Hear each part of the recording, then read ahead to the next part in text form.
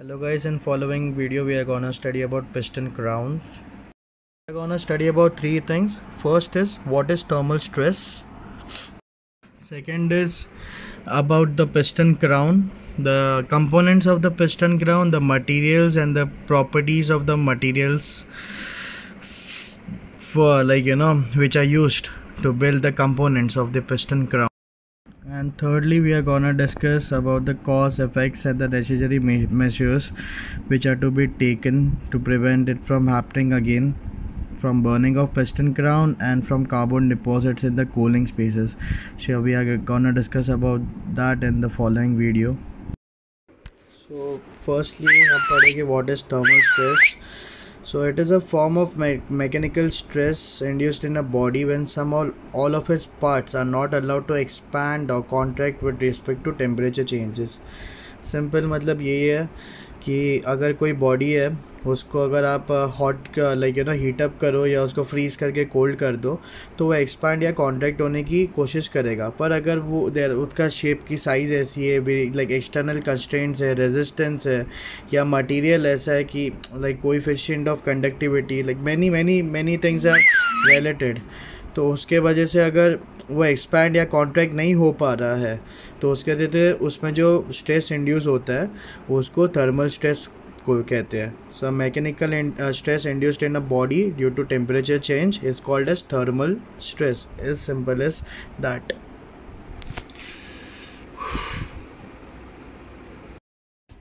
So yeah in this video we are gonna see about the piston crown. तो ऊपर आप देख सकते हो कि क्राउन है पिस्टन का। On the lower side is piston skirt and on bottom जहाँ से कूलिंग ऑयल सप्लाई जा रहा है वो है पिस्टन रॉड। ये तीन चीज़ों से एक पिस्टन बनता है। Okay, this three ring comprise. अभी आप देखोगे ऊपर है एक protective inconel layer welded to the top of crown. वहाँ पे ऑलमोस्ट टेम्परेचर 380 to 400 डिग्रीज तक जाता है नॉर्मल रनिंग में। और जो लोअर साइड है, जो डीपेस्ट साइड ऑफ क्राउन है, वहाँ पे टेम्परेचर थोड़ा कम होता है, around 320 to 350। okay, so you can see the lubricating oil quills. Oil is going inside from the center and it is a jet shaker type of piston crown. उसमें jet shakers होते हैं अंदर। I don't know if you guys have ever opened a piston crown, क्योंकि बहुत कम ही खुलता है। मेरे अभी तक 10 शिप पे एक शिप पे खुला था। आई हैव सीन अंदर जेट्स होते हैं स्मॉल सोल, उसमें से ऑयल जाता है और स्प्रे होता है। एंड साइड से आप देख रहे हो कि साइड के ड्रिलिंग होल से वो रिटर्न आ रहा है। अभी हम पढ़ेंगे स्टेप बाय स्टेप क्राउन का material, what material the crown is made from, what material the piston skirt is made from and what material the piston rod is made from, और वो पर्टिकुलर मटेरियली क्यों use किया है, कोई और material हमने क्यों यूज़ नहीं किया है। So let's see, I will share this image. इसमें आप देखोगे कि लेफ़्ट साइड में there is a piston skirt जिसके ऊपर उसके जेट्स लगी हुई है, और the piston skirt sits on the piston rod. On the right side you will see there are this two images जो है पिस्टन क्राउन के, उसके अंडर साइड कैसा दिखता है। सो बेसिकली जो ड्रिलिंग होल्स है उसके अंदर जाके ये आपका जो जेट है, वो जेट की जो नोज़ल्स है वो ड्रिलिंग होल्स में बैठती है और फिर उसको बोल्ट करके टाइट करते हैं। General life of piston crown is around 32,000 hours, same as the liner. 32,000 hours पे कि उसकी लाइफ है, उसके बाद उसको रिप्लेस किया जाता है। उसकी कंडीशन देख के, उसके क्लियरेंसेस लेके, वेट लिमिट्स देखते हैं उसकी, सब कुछ मद्देनज़र रखते हुए पिस्टन जो ग्रूव्स है, पिस्टन स्कर्ट पे पिस्टन रिंग के ग्रूव्स है, ग्रूव क्लियरेंसेस सब देख के you change the piston crown. So now we are gonna discuss about the materials that are used to make piston crown. Firstly, we'll discuss the molybdenum chrome steel. So strength is to face the pressure due to the combustion forces. अंदर हमको पता है peak pressure कितना होता है, generally around depends on engine, around 150 160 and also the power. जैसे जैसे power बढ़ता जाएगा वैसे वैसे पिस्टन क्राउन के ऊपर जो प्रेशर है वो राइज होते जाएगा। So to handle that force, and secondly the resistance due to wear from the corrosion and erosion at high temperatures. High temperature corrosion erosion के लिए स्ट्रेंथ चाहिए उसको. और दूसरा ऊपर एक एनकॉर्नल लेयर होता है. जो पिस्टन क्राउन आपने पिछले वीडियोस में देखा रहेगा कि साइड से नीचे थोड़ा कर्व हो रहा है. सो जो अपर पार्ट है जहाँ से वो कर्व होना स्टार्ट होता है, तो जस्ट वो वाले पार्ट तक एनकॉर्नल लेयर एक वेल्डेड होता है. तो एनकॉर्नल लेयर का बेसिकली फंडा यही है कि इट्स अ निकल क्रोमियम लेयर जिसको लगाते हैं for like you know since the temperature over there are very high and to prevent corrosion of that particular part. Well, so guys, let's talk about the piston crown. अभी piston skirt जो है उसमें तो piston rings रखती है उसको ऊपर नीचे ग्लाइड करने के लिए. तो अभी जो piston skirt है, एक तो उसकी ग्लाइडिंग प्रॉपर्टीज़ अच्छी होनी चाहिए. अभी ग्लाइड तो ऐसा होना चाहिए पिस्टन स्कर्ट की स्कर्ट और लाइनर के बीच में मिनिमम डिस्टेंस हो और like you no minimum clearance हो. और अगर जब टेम्परेचर जैसे जैसे बढ़ते जा रहा है वेरियस लोड्स पे इंजन के, तो उसका linear expansion since it is running in a linear वे, तो उसकी प्रॉपर्टीज़ वैसी हो कि वो लीनियर रन करने में अच्छा हो. और third thing last but not the list कि वो जो ऑयल जो है वो उसको रिटेन कर सके ताकि हाइड्रोडायनेमिक लुब्रिकेशन में उसको काम आए. जब पिस्टन ऊपर नीचे लाइक यू नो स्ट्रोक करता है इंजन में, when the piston strokes up and down, so we want the oil film to retain between the piston skirt and between the liner for a good lubrication, like you know hydrodynamic film break ना हो. तो इस चीज़ के लिए कौन सा material अच्छा है, वो है कास्ट आयरन, क्योंकि कास्ट आयरन में ग्राफाइट है जो लुब्रिकेंट की तरह एक्ट करता है. अच्छी ऑयल रिटेंशन प्रॉपर्टीज़ है उसकी और अच्छा कोएफिशिएंट ऑफ लीनियर एक्सपेंशन भी है. सो या that's the reason cast iron is used. So now we will look at the materials that has been used to make the piston rod. Well, the material that has been used to make the piston rod is ground hardened carbon steel alloy.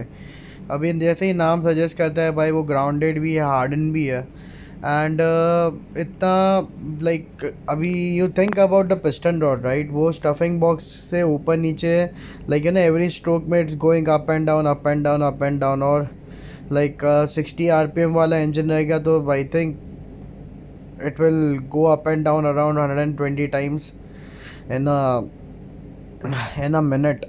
So और वो stuffing box से like you no stuffing box में वो like थोड़ा सा जो उस पर जो स्क्रेपर रिंग्स है उसके अगेंस्ट वो पिस्टन रॉड जो है वो स्क्रेप भी होता है.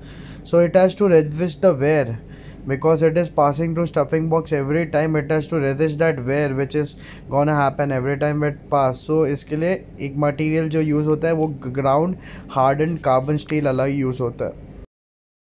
So now guys we are gonna talk about the common defects which are found on piston crown. First is about the burnt piston crown. Every time overhauling में देखा रहेगा यार कि जब हम overhaul करते तो part of the piston crown is burnt. It is eroded away or corroded away. There's a hot corrosion taking place. So the reason is cause is the late fuel oil combustion. अगर combustion late हो रहा है तो, और उसके वजह से like you no effect होता है burning of wear out of piston crown. अगर आपकी पिस्टन की पैटर्न भी बराबर नहीं है तो लेट पिस्टन की वजह से high exhaust gas temperature produce होता है. तो हाई टेम्परेचर की वजह से हाई करोशन भी पैदा हो सकता है. और अगर सोडियम एंड वनेडियम अगर 3:1 के रेशियो में रहे तो you know guys taking off exhaust valve, but that's a different thing. और वो मोल्टन स्लैग आपके पिस्टन क्राउन पे भी डिपॉजिट हो सकता है सोडियम और वनेडियम का. और इसको प्रिवेंट करने का सही मेजर है विस्कोसिटी का और like you no fuel oil की विस्कोसिटी और टेम्परेचर सही रख के इंजेक्शन के लिए नेसेसरी FQS सेटिंग भी कर दीजिए for higher CCI fuel oil numbers और सही इंजेक्शन टाइमिंग रखिए. अभी अभी जैसे कि आप ये वीडियो में देख रहे हो, तो एक पिस्टन के लिए एक मेजरिंग टेम्पलेट है, उसको पिस्टन क्राउन पे रखा है और उसकी वेयर लिमिट जो है वो वेयर कैलकुलेट कर रहे हैं यूजिंग फीलर गेज। तो जब फीलर गेज से आप देखो कि कितना वेयर है और उसको अलाउेबल लिमिट कितनी है, उसको मैनुअल में कंपेयर कीजिए। और अगर अगर लिमिट से बाहर जाए तो लाइक हमें पिस्टन क्राउन बदलना पड़ेगा। एवरी ओवरऑल में क्लीनिंग के बाद वेल लिमिट चेकआउट करते हैं।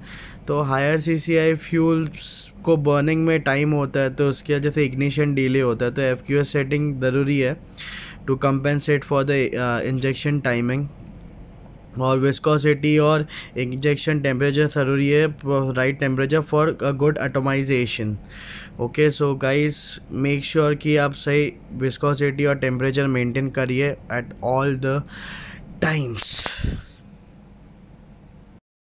So yeah, after burning of piston ground, the second defect is carbon deposits in cooling spaces. So basically सब एक कॉज है contamination of system and cylinder oil. अभी cylinder oil है उसका TBN 30 है, crankcase का TBN 5 है। अब बेसिकली मिलीग्राम ऑफ KOH क्या है, तो 30 milligrams of potassium hydroxide is there in 1 gram of cylinder oil, and 5 milligram of potassium hydroxide is there in 1 gram of crankcase oil. Crankcase oil में कम potassium hydroxide चाहिए, cylinder oil में ज़्यादा चाहिए, because cylinder oil has to fight with the sulfuric acid which is formed every time during the combustion process in the cylinder. तो acid को neutralise करने के लिए वहाँ पे ज़्यादा बेस चाहिए, बट कूलिंग स्पेसेस में ज़्यादा बेस नहीं चाहिए, just needs to cool down. तो एक तो ये दोनों का मिक्सअप हो गया तो स्लजेस आने लगे कि उसकी वजह से कार्बन डिपॉजिट हो सकता है। दूसरा, बराबर टाइम इंजन को स्टॉप करने के बाद अगर हमने कूल नहीं किया तो उसकी वजह से क्या हो सकता है, जो क्राउन है, तो क्राउन पे जो टेम्परेचर है वो अनइवन होगा। अगर कूलिंग अगर नहीं हुई, कार्बन डिपॉजिट हो गया, then it will reduce the heat transfer efficiency. तो कूलिंग बराबर नहीं हो पाएगा, अनइवन कूलिंग की वजह से थर्मल स्ट्रेस होगा, और थर्मल स्ट्रेस के वजह से थर्मल क्रैक भी हो सकता है, लाइनर चांसेस है क्रैक होने के लिए। तो प्रिवेंटिव मेजर्स में क्या करना है, स्टफिंग बॉक्स को अच्छे से मेंटेन करो, स्क्रैपर रिंग को टाइम टू टाइम उसकी scraper ring, lamellar ring change करो, ताकि सिलेंडर ऑयल और सिस्टम ऑयल का मिक्सिंग ना हो, कंटामिनेशन ना हो सिस्टम ऑयल का, CC ऑयल का। और लूब ऑयल पंप इंजन को स्टॉप करने के 30 मिनट बाद बंद करो, तुरंत बंद मत करो। इंजन को स्टॉप करने के बाद टर्न करो, टर्न करने के बाद let it pumps, lube oil pumps run for 30 minutes, और 30 मिनट्स के बाद आराम से प्यार से लूब ऑयल पंप आप स्टॉप कर दो और एक जनरेटर को ऑफलोड ले लो, नो प्रॉब्लम। डू इट आराम से। देन मेन है जांच पे एक ही मेन है कि जितना एफिशिएंटली हम काम करेंगे, जितना थियोरेटिकली काम करेंगे, उतना हमें ही कम काम आएगा, हमें ही कम ओवरऑलिंग आएगा। नहीं तो वी आर द वन। अगर हम अपने सिस्टम का ख्याल नहीं रखेंगे तो हमें ही काम ज़्यादा करना पड़ेगा। So guys, I hope this lecture was helpful to you. Please comment if you have any queries in the comment section. Thank you.